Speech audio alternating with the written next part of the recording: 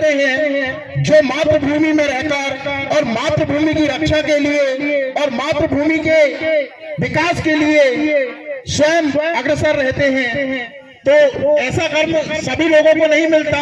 तो मैं सभी यहाँ पर बैठे हुए सभी मेरे नन्हे मुन्ने विद्यार्थियों से कहना चाहूंगा कि आप भी कुछ ऐसा करें जो मातृभूमि की सेवा के लिए आपको शुभ अवसर प्रदान हो। और हमारे बीच उपस्थित हमारे गांव में आयुर्वेद औषधालय में सेवा देते हुए डॉक्टर बाडीवा जी जो कि हमारे बीच उपस्थित हैं। मैं यहाँ सभी विद्यार्थियों से चाहूंगा कि ऐसी सफल हस्ती के लिए आप जोरदार तालियां बजाएं। मैं डॉक्टर साहब के लिए दो शब्द कहना चाहूंगा कि डॉक्टर साहब जो हैं एक हमारे दोस्त और भाई, बड़े भाई के जैसे हैं। हमेशा उनसे वार्तालाप हमारी होते रहती हैं और आगे क्या करना है, कैसे करना है, ये विचार हमारे कंटिन्यू उनके साथ होते रहते हैं। तो मैं सहृदय उनको नमन करता हूं और इस पावन धरती पर स्वागत करता हूं कि आप आए और आज बच्चों को आपके मार्गदर्शन पर आगे कुछ करने का आप विचार यहाँ पर रखेंगे बच्चों के प्रति।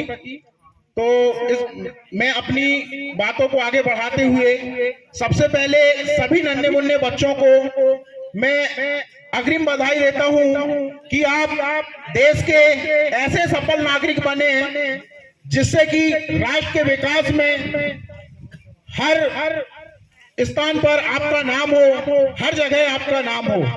क्योंकि दोस्तों हमें किसी भी कर्म करने के लिए, कोई भी काम करने के लिए योजना की आवश्यकता होती है। चूंकि मैं इसी विद्यालय पर पढ़ा भी हूँ और इसी विद्यालय पर शिक्षक का कार्य भी किया हूँ। लगभग 12 साल मैंने शिक्षा का कार्य किया और अभी प्रेजेंट टाइम में अभी मेरी एक प्रोजेक्ट पर मैं वर्क कर रहा हूँ। क्योंकि इसे डायरेक्टर के रूप में मैंने अपना कार्य संभाला हुआ हूँ। क्योंकि आज मेरे अंदर की इच्छा कहती है कि मैं सिर्फ अपनी मातृभूमि ही नहीं बल्कि इस भारत राष्ट्र के हर एक कोने कोने तक इस नगर का नाम रोशन करने का मैं प्रयास कर रहा हूं। ऐसे विचार से हमने कुछ प्रोजेक्ट बनाया हुआ है। तो चूंकि दोस्तों मैं इसलिए बता रहा हूं क्योंकि मैं भी आप ही के समान यहाँ पर बैठ के शिक्षा अर्जित किया और शिक्षा अर्जित करने के बाद मैंने भी आगे पढ़ाई किया। क्योंकि मैं आपको बता दूं मैं भी एक छोटे से निम्न परिवार से हूं। मेरे पिताजी दूसरों के यहाँ मजदूरी करने के लिए जाया करते थे और इसी स्कूल में बैठ के जब हम स्कूल आते थे पढ़ाई करते थे और वैसे करते थे। हेलो देखिए रास्ते में चलने के लिए या किसी योजना में सफलता हासिल करने के लिए आपको जोश और जुनून की आवश्यकता पड़ती है।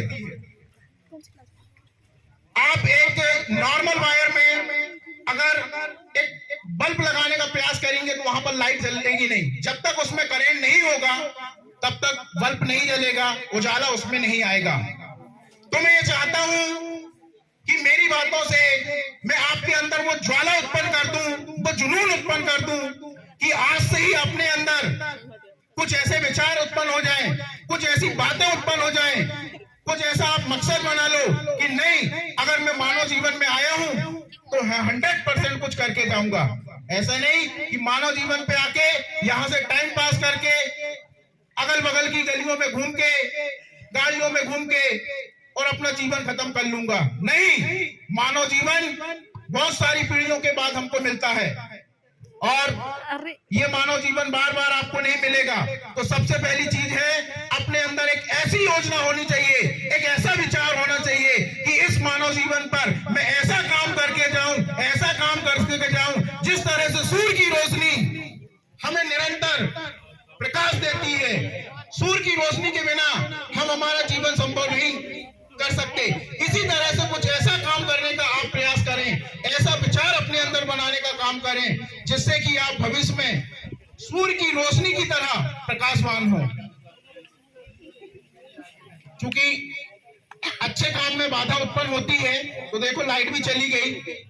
इस छोटे छोटे उदाहरणों से हमारा जीवन का सार हमें पता लगता है। हम जब कोई भी अच्छा काम करते हैं तो हमारे समक्ष 1% पॉजिटिव विचार आते हैं और 99% नकारात्मक विचार आते हैं।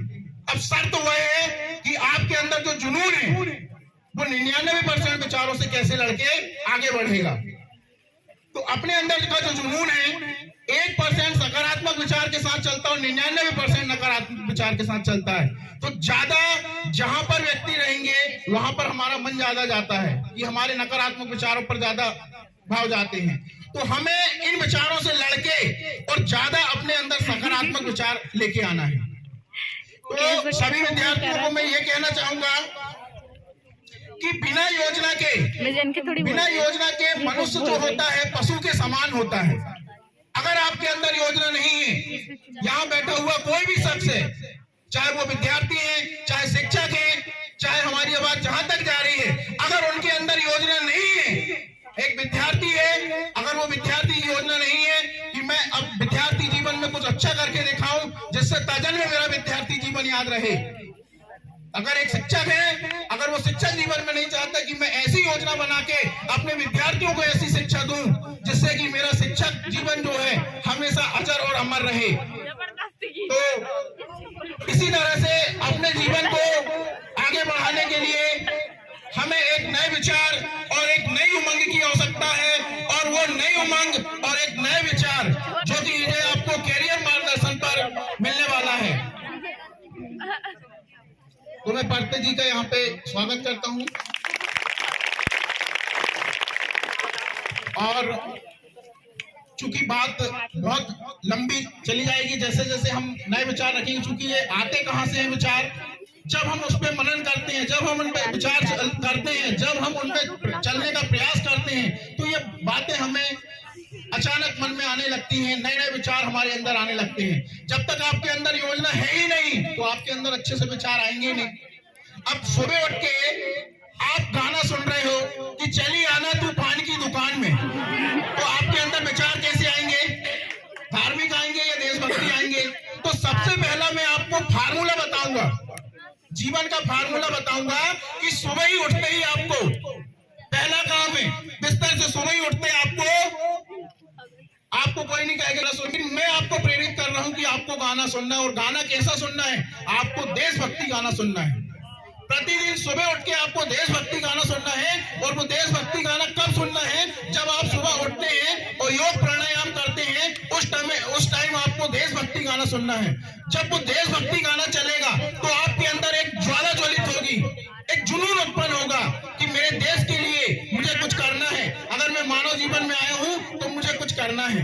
ये विचार आप कहेंगे सर अभी तो मैं स्टूडेंट हूं, मैं क्या करूं? इसी उम्र में आपको ये विचार बनाना होगा। अगर आपका ये समय निकल जाएगा तो आगे चल के आपके साथ बहुत सारे नेगेटिव विचार चलते आएंगे, फिर आप उसमें शामिल हो जाओगे और आप जीवन में कुछ नहीं कर पाओगे। तो जो विचार है आपको 15 साल की उम्र से 18 साल की उम्र तक एक सही विचार बनाने का रहता है। एक मैं 18 से 24 का आपको फार्मूला बताऊंगा, क्योंकि ये फार्मूला मैंने 2019 को रिसर्च किया था।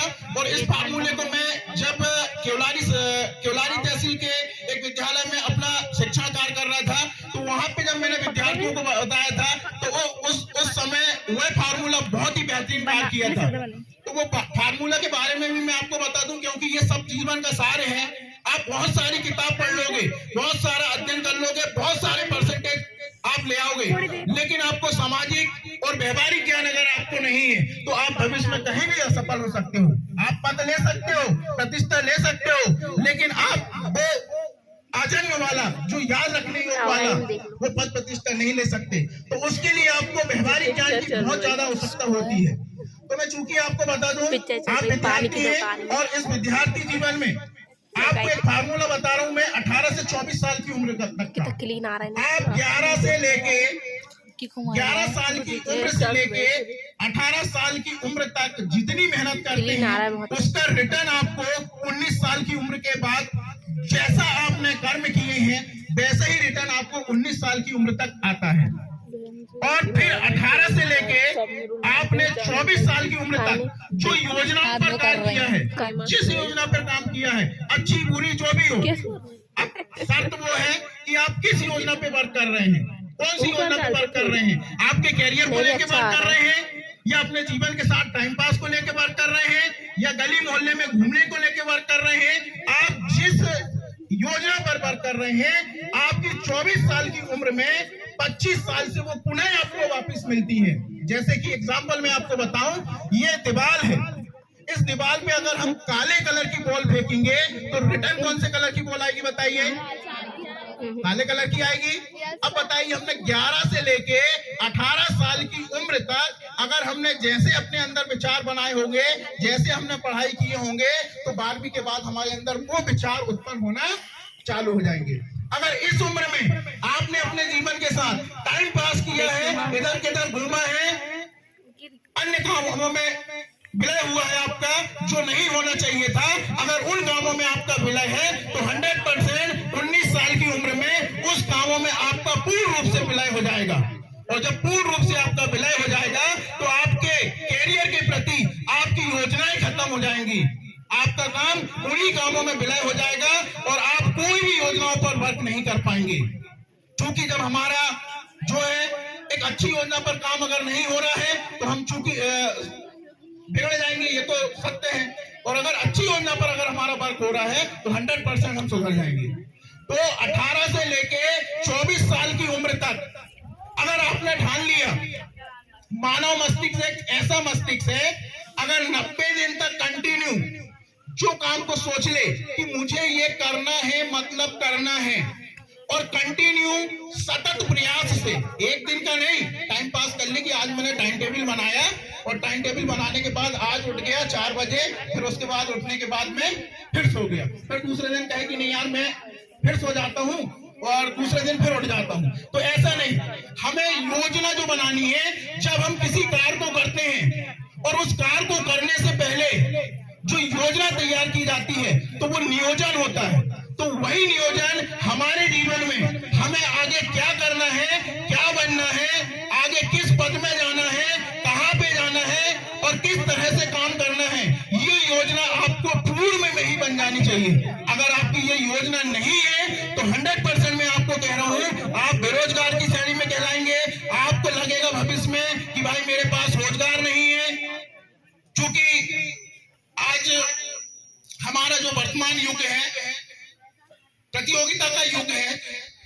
पढ़ने वाले और कई सारे प्रतिभावान विद्यार्थी इस समाज पर निवास करते हैं और इन सारी प्रतिभा का हमको उनके साथ मिलकर एक प्रतियोगिता करना है और इन प्रतियोगिता से हमें आगे निकलना है, मतलब अव्वल आना है। अगर हम ये प्रतियोगिता में शामिल होकर अगर सफल नहीं होते हैं तो 100% हम भविष्य में कुछ नहीं कर पाएंगे। तो सबसे पहली चीज है, हमें अपनी प्रतियोगिता में शामिल होने के लिए हमें पूर्ण रूप से तैयार होना है। अब तैयार कैसे होना है? अगर हमारे अंदर योजना होगी तभी तो हम तैयार होंगे ना।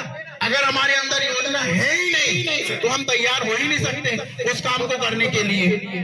तो सबसे पहली चीज मैं सभी विद्यार्थियों को बता दूं, क्योंकि मैं मैनेजमेंट का टीचर हूं और मैनेजमेंट में टीचर किया मैं प्रबंध में, तो मैं इसलिए आपको समय का प्रबंध और जो है अपना सामाजिक प्रबंध, आपको व्यवहारिक प्रबंध, इसके बारे में आपको जानकारी दे रहा हूं। ये जीवन में आपको बहुत जरूरी है।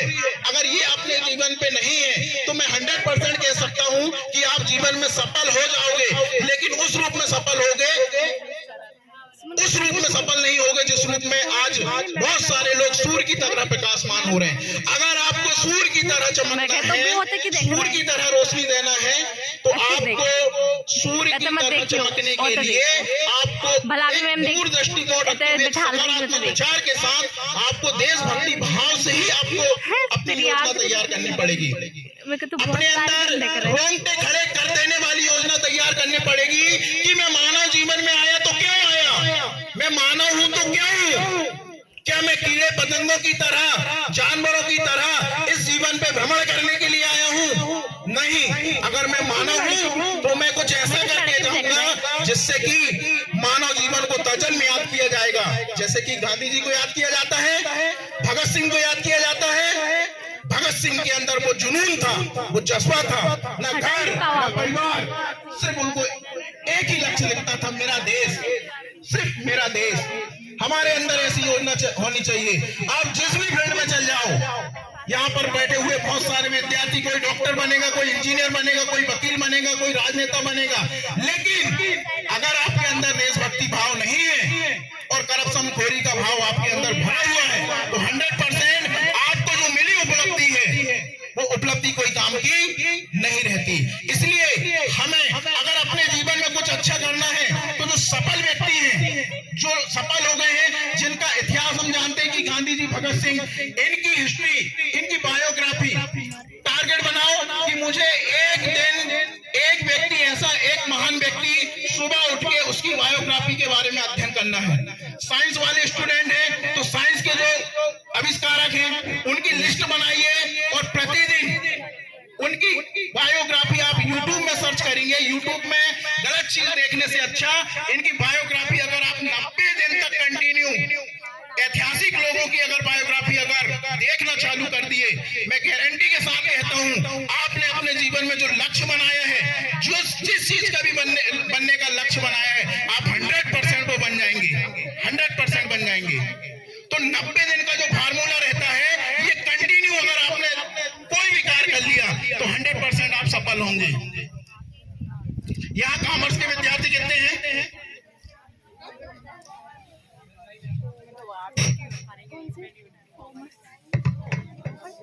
लड़का है और कॉल आओ कट कर देना। मैंने कहा अरे मतलब सीधी है पीछे वो विचार आज जो बना के आया हूँ वो खत्म ना हो जाए, मैं आपको हिलने नहीं दूंगा। और मैं 100% आपको ये कह रहा हूँ कि आज जो यहाँ पर आप सुनेंगे, हमारे बीच बहुत ही महान हस्ती यहाँ पर आई हुई हैं और यहाँ पर मेरे को बार बार वो गर्व महसूस होता है कि मैं उनके सामने ये शब्द बोल रहा हूँ जिन्होंने मुझे पढ़ाया हुआ है।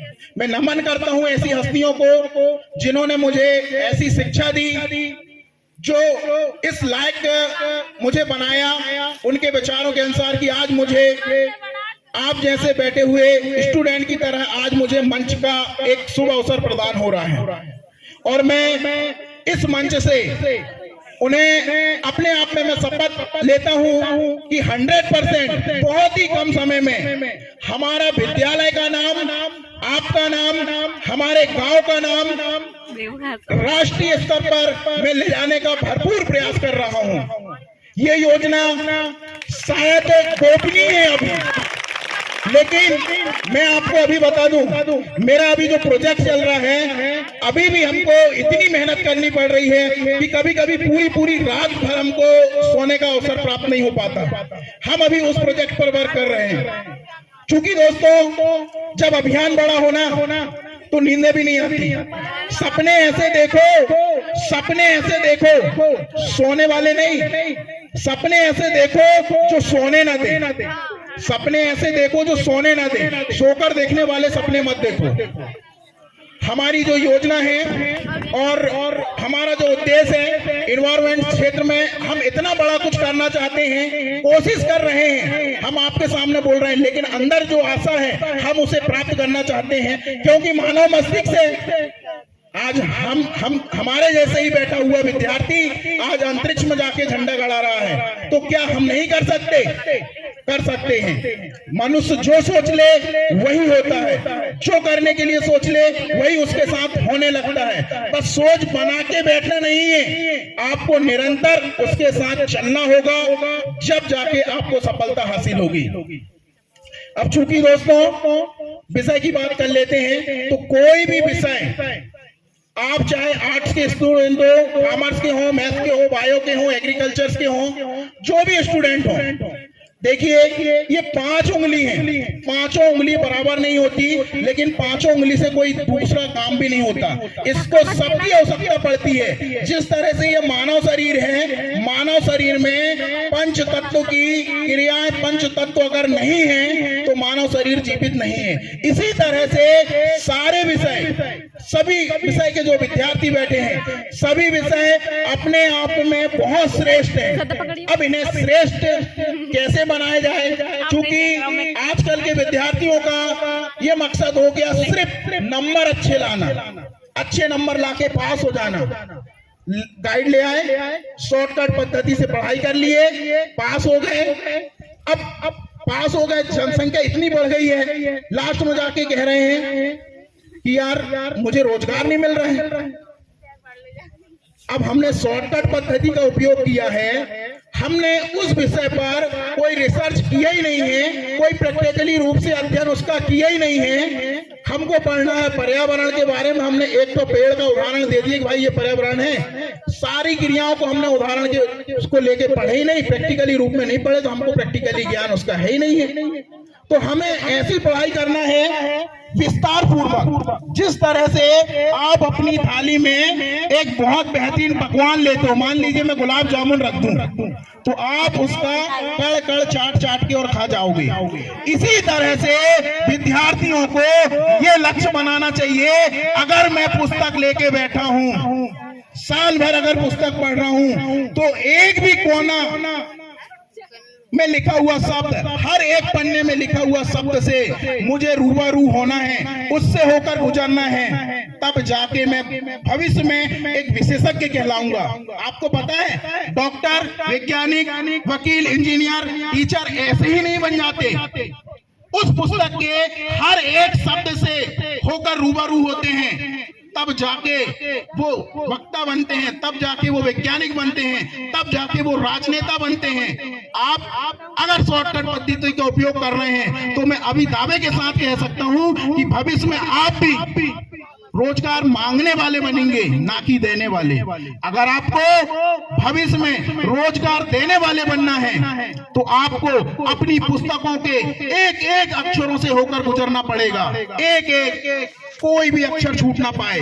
ऐसा अभियान चला के आप जब तक अपनी पुस्तकों का अध्ययन नहीं करेंगे, आप क्या सोचते हैं, आपके शिक्षक अगर आपको प्रतिदिन होमवर्क देते हैं, आपको पढ़वाते हैं, बहुत सारे स्टूडेंट मतलब उसको अनलीगल लेते हैं, यार हमारे टीचर इतना सारा होमवर्क देते हैं, हमारे टीचर हमको इतना फोर्स करते हैं, वो किसके लिए करते हैं? वो सिर्फ और सिर्फ आप लोगों के लिए करते हैं।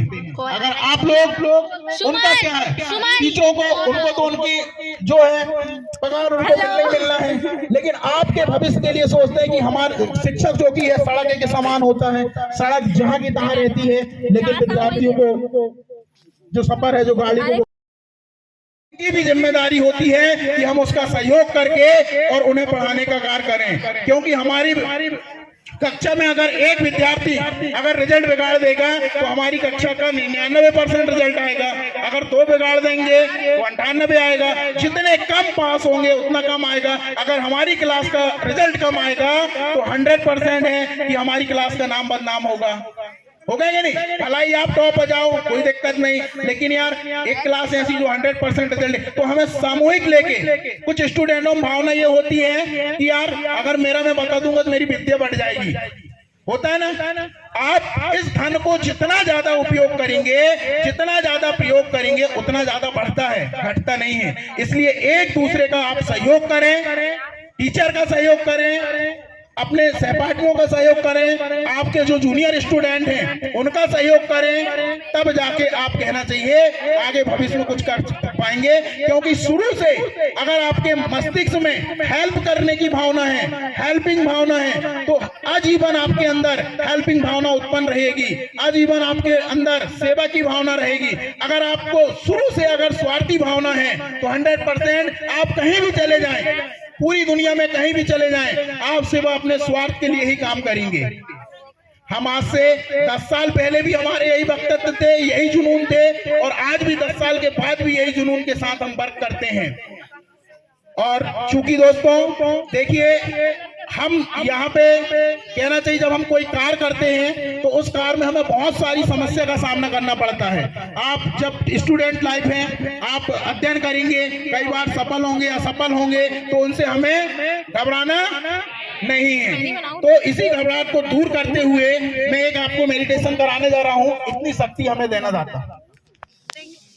तो अभी लोग कट करके फिर से चल अपने स्थान पर जैसे योग करते हैं अपन, आंख बंद करके हाथ जोड़ के, और इस गाने को जो है ध्यान पूर्वक आंख बंद कर ले सभी लोग।